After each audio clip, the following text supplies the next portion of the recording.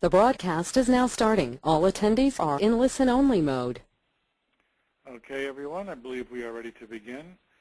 My name is Rob Altamont, VP of Marketing for Hirekos Golf, and I'll be your moderator for today's Hirekos webinar titled The Basics of Epoxy and Shaft Installation. The webinar will be led by Hirekos Technical Director, Jeff Summitt. Jeff has worked in all facets of club making and repair since 1984 and has devoted the past 20 years to researching, testing, and analyzing thousands of different golf shafts. He has compiled his findings and research into the Dynamic Shaft Fitting Index, which is featured in the best-selling book, The Modern Guide to Club Making and Total Club Fitting in the 21st Century. Additionally, he has authored the annual Dynamic Shaft Fitting Addendum, which instructs club fitters in the proper fitting and selection of shafts. Both books are available for sale online at hirekogolf.com. Let me get a few housekeeping items out of the way first. Your audio settings are muted, which means we cannot hear you, so don't worry about coughing or phones ringing in the background because no one can hear it. If you look at your GoToWebinar dashboard located in the upper right-hand corner of your screen, you'll see the box labeled Question. If you expand this box, you'll see empty space for you to type any questions or problems you may have throughout the webinar.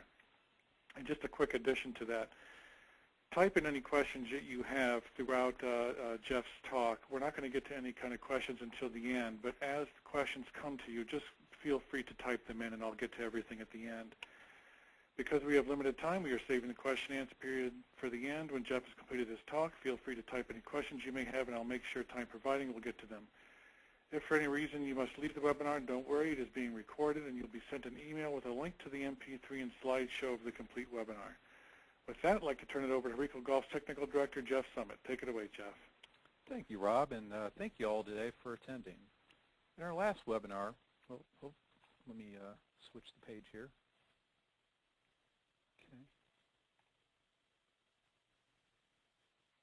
Okay. In our last webinar, we talked about the different types of ferrules and explained how to properly install them, including building your own ferrule installation tool. Now we're on to our next step in the assembly process, which is to epoxy the head onto the shaft. We sort of jumped the gun a little when we talked about ferrule installation because it was an important piece of information at the time.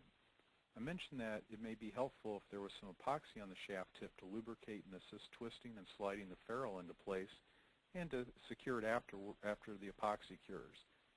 But this webinar will discuss the what-nots and what-ifs with epoxy and its application. Before we do, you might have heard of the term glue and stick. This is somewhat of a derogatory term toward those who make clubs as a hobby, as they simply add some glue to the shaft and or head and stick them together. Well, after we get done here, you'll be able to set those straight. So what exactly is a glue? Well, it's an adhesive that bonds two surfaces together. Examples of glue are Elmer's glue, model aircraft glue, Gorilla glue, and even super glue. These are all one part in nature, and there's no mixing. Then what is an epoxy? Well, it too is an adhesive, but is derived from two different parts, one of which is the resin, and the other is the hardener, which are mixed together in a specific ratio. Glues are available in all sorts of strengths depending on their application. Cyanoacrylate is a fast-acting glue, also known as instant glue. Crazy glue is a good example of this, but you never hear it used for golf club assembly. Why? Well, you might remember the commercial with the iron worker holding onto his helmet glued to an I-beam. Well, if all we had to worry about was pulling strength, these types of adhesives would work perfectly fine.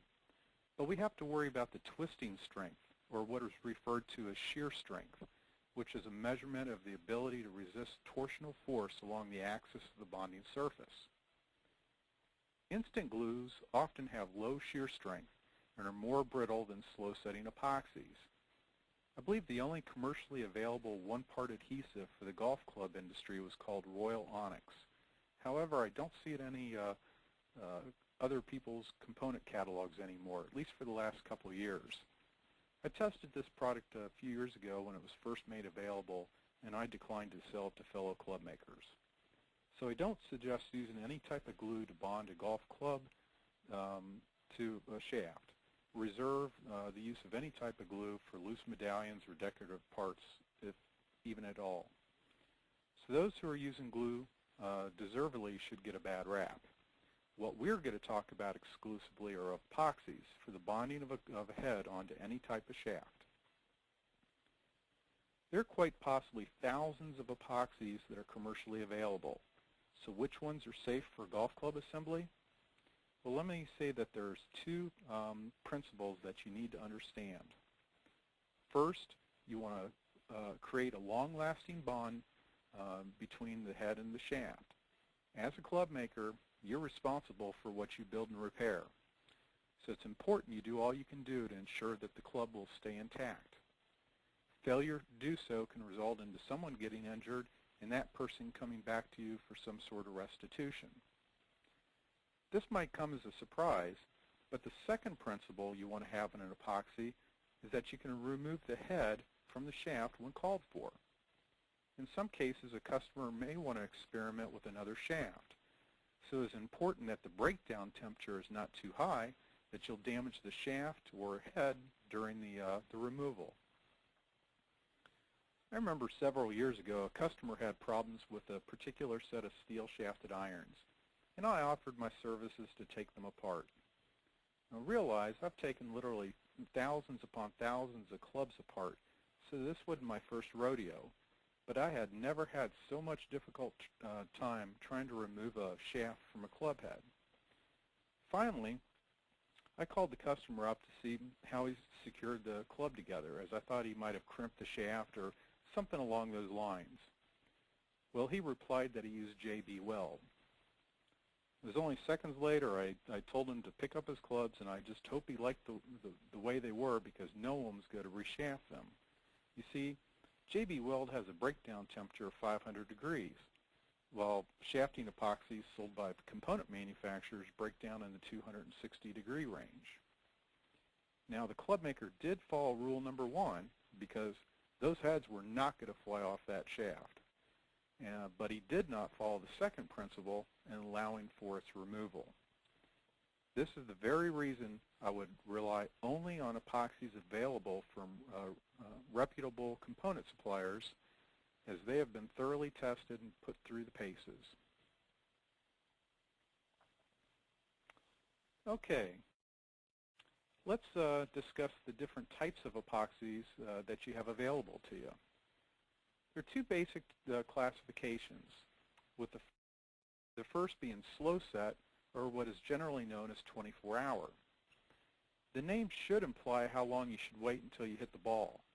And maybe you wouldn't be surprised by the number of phone calls I get on the tech line saying that the customer epoxied the club at 8 p.m. last night, but his league starts at 4:30 in the afternoon and wanted to see if he can hit the ball.